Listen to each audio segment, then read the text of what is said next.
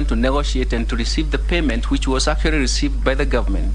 And for your information, the end result was that it gained 3.114 billion shillings that was actually used in Lamu to dredge the port.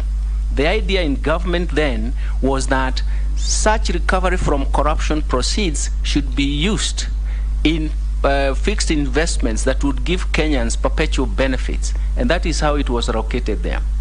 There was a commission of inquiry that was started, but it was supposed to check whether the sale was appropriately done. Now, the whole issue was, how was it appropriately done? According to that commission, it valued the hotel at 1.8 billion. Then the question they were asked, what about the central bank? How did it value the hotel? It was at 2.2 billion. And then how much was the hotel sold by the central bank? It was sold at 2.8 billion. The difference between 2.8 billion and 3.114 is because of the retained earnings during the operations. So in a sense, it was value for money, and that was what the committee was supposed to establish. Let me state this, Mr. Chairman, with all due respect, that we are, and especially for me, I've been a victim of abuse of the criminal justice system. For example, the procurement that has been mentioned. The whole idea was to get NDUNG'U out of the central bank. How do you do it? That's why, even if you go to the records, you will just be embarrassed, the kind of facts.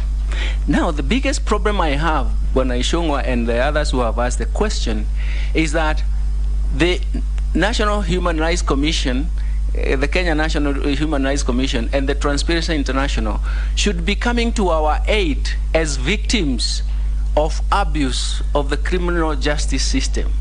But they are coming here to make us the victims. It's quite a paradox. It's actually extremely, I would like maybe to invite people to read even the judgment, even the Commission of Inquiry on Grand Regency. It's so interesting that they find it, that they become also a victim. It is something that we may want to check out, Mr. Chairman. It's something that we have to rethink about the mandate of some of these institutions, and it's something that we need to correct from the very beginning. Sorry, Chair. Yeah. Sorry to interrupt the good professor, but I feel he is on a tangent now to blame the petitioners. I just wanted him to clarify, because that was my question, Professor. In the interest of the country and the economy, we want to, if we approve you, to approve someone that will be confident has no issues of integrity hanging over his head. And the opportunity now you have is to make that clear. And that's why I asked the status of the Grand Regency, which I have heard you've clearly stated that you are exonerated by the Commission of Inquiry. Well, I hear my colleague saying no. So we want to know what was the status. Okay. What is the status of the charges on the 1.2 billion tender? Mm-hmm. You know, it's good to say it went to court, or you fought it to Court of Appeal. Thank you. What was the verdict? Thank you for clarifying. Yes, the tender issue, let me first of all say that it was very clear that CEOs are not involved in the procurement. Their work is only to appoint the procurement committee. And that matter went all the way to the appeal, and they showed that the problem was the procurement committee of the central bank, and I was vindicated. I had no role to play. The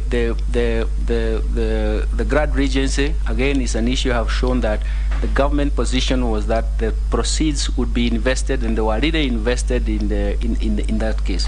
And maybe I can go to, so in actual fact, my role was very, very clear as an agent. And my role was also very, very clear that I had no role to play in procurement. But I wanted to go further to show that actually when such issues come, although I'm trying to defend myself, when such issues come, also those people who bring them up, they should see the whole end. Speaker, point of order. The nominee is not helping us make progress. For instance, he's saying talking about being vindicated in the Grand Regency cell. He's not saying by who. Because the report of the commission is clear that you are